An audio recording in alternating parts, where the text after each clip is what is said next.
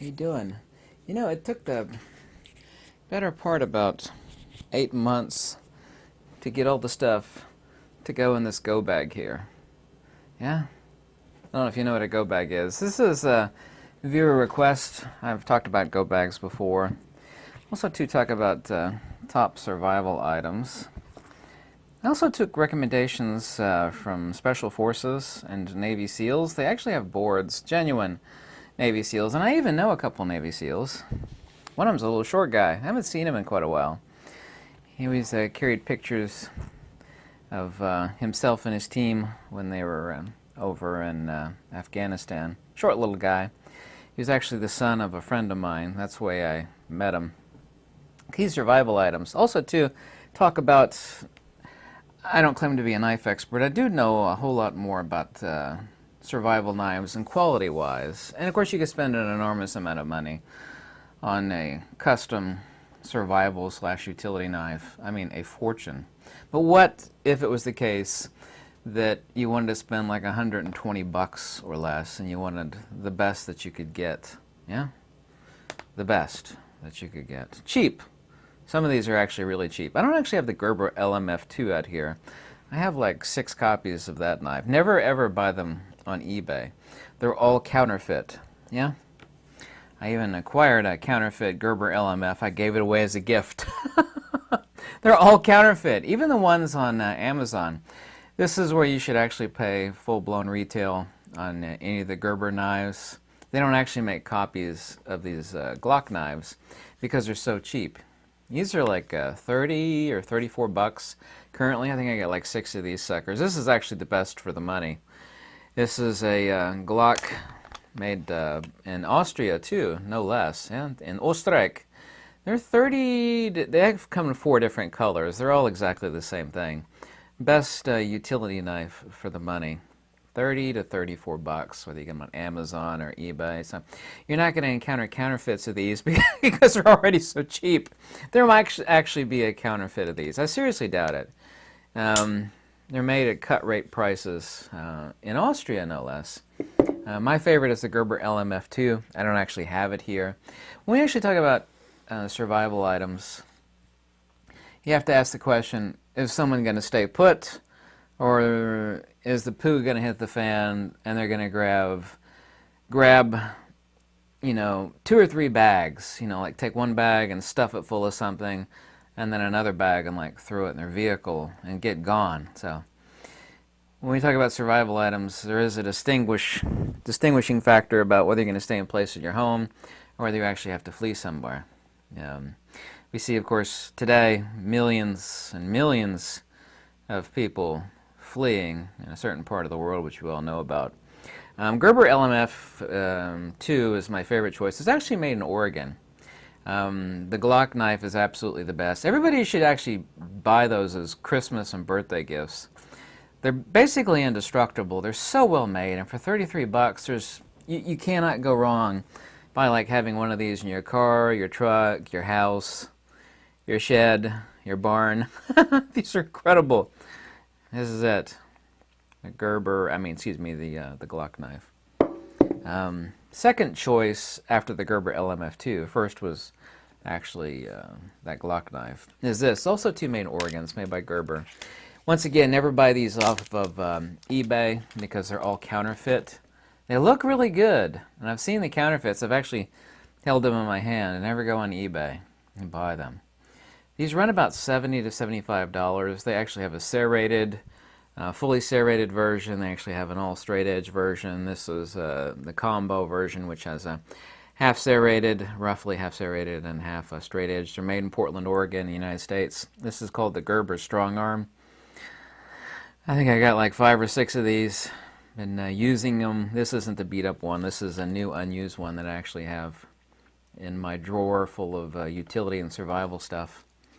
Right there. It's the Gerber strongarm. Really an incredible piece. Extremely well made. You can get better than these, but you're talking about a lot of money. So most people don't want to spend that kind of money on a knife. I mean, they just don't. I certainly do get that. I've owned some extremely fine knives. I got rid of them all because I would never use them because, like, well, this knife is hundreds and hundreds of dollars. I would never use it.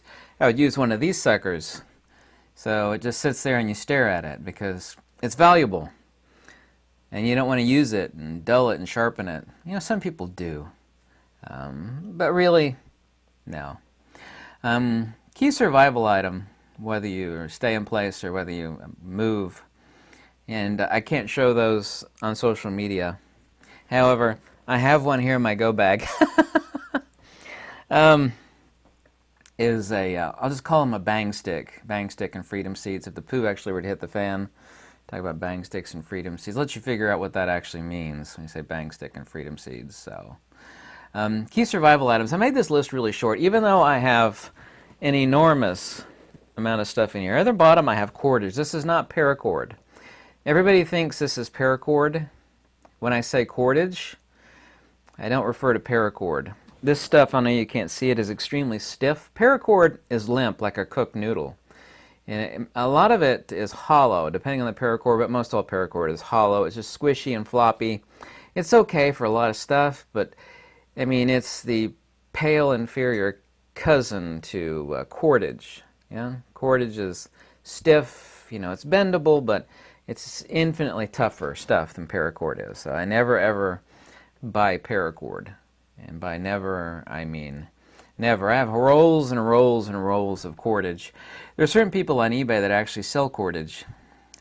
Be careful who you buy it from because typically it'll be like a Chinese import and it'll be floppy like a paracord, just this, halfway hollow garbage. So you have to be careful who you buy it from.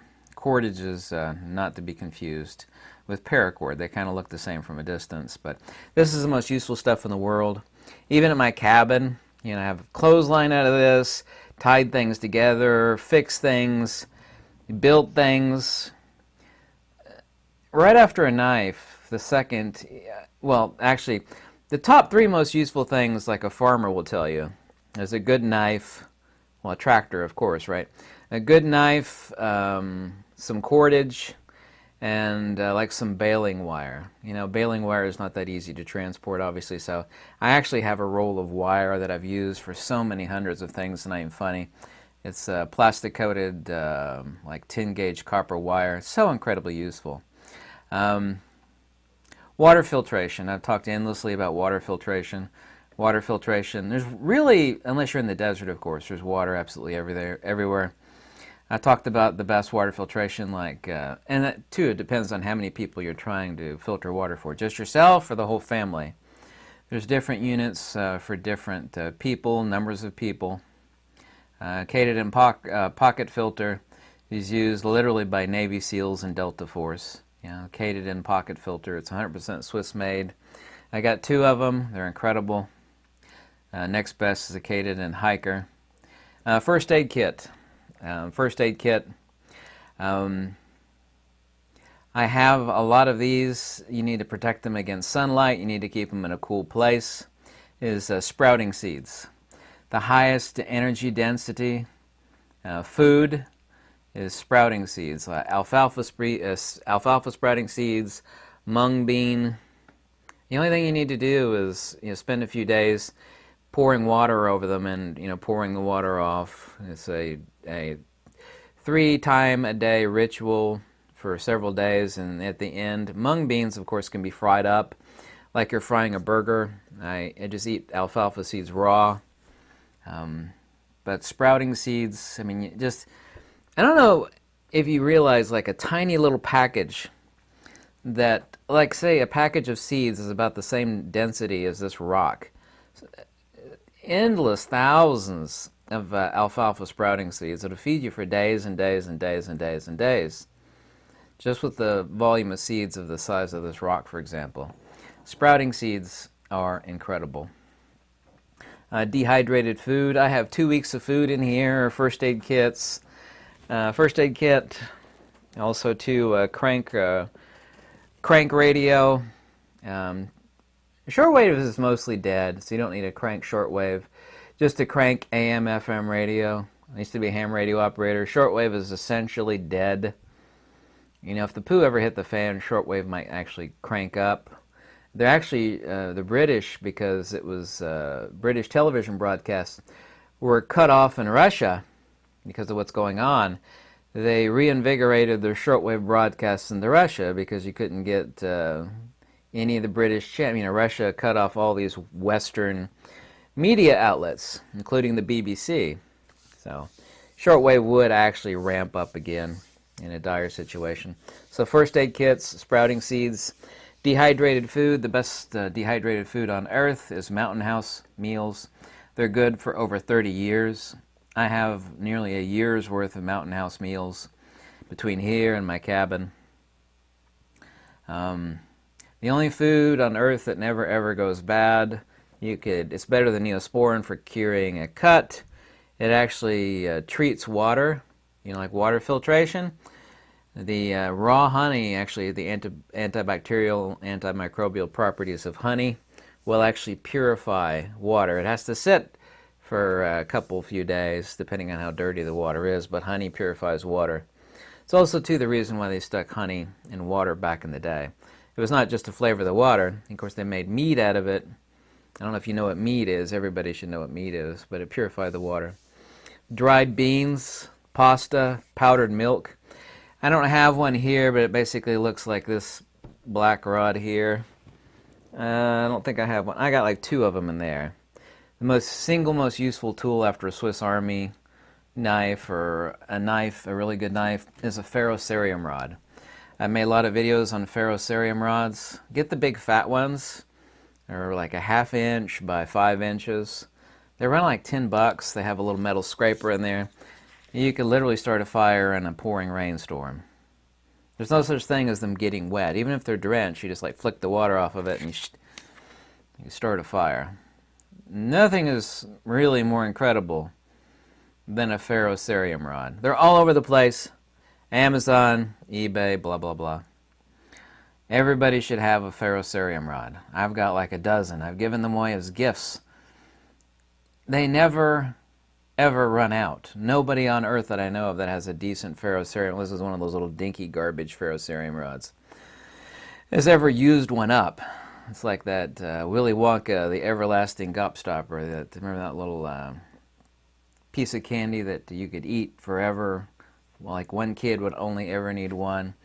It's a fascinating, easily one of the most fascinating devices, and definitely the most right after a knife, most useful survival tools, a ferrocerium rod. A headlamp, I use them every day for all sorts of stuff, like fixing things and doing things. You know, the little headlamps that go over your head and have an elastic band, whether it be a Petzl or a black diamond, whichever one you prefer. I've got all sorts of headlamps. Small radio, doesn't have to be shortwave, just be AM, FM. That's 95% of what you need. Everybody should think about creating a go bag. I'm so proud of myself, however it took a better part of a year to build and get all the stuff together. I mean, it's just so packed full that it's ready to completely fly apart.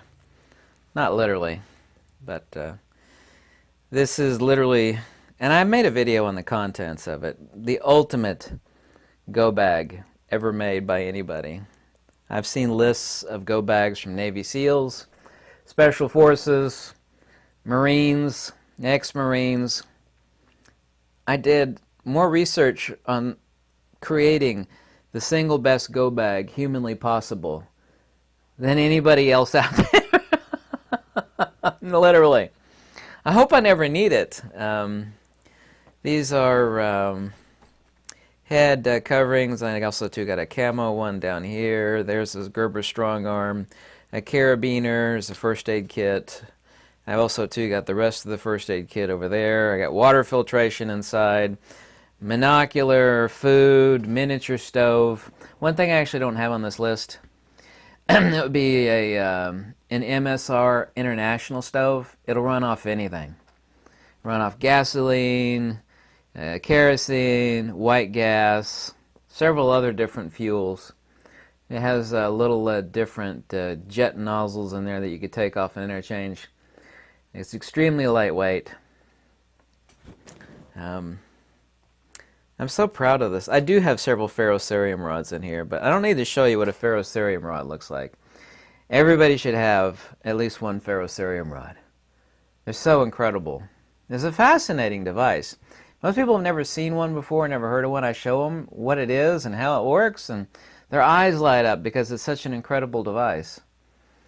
Literally. But this is a viewer-requested video. This is actually made by... this is a crank radio, also to a crank charger.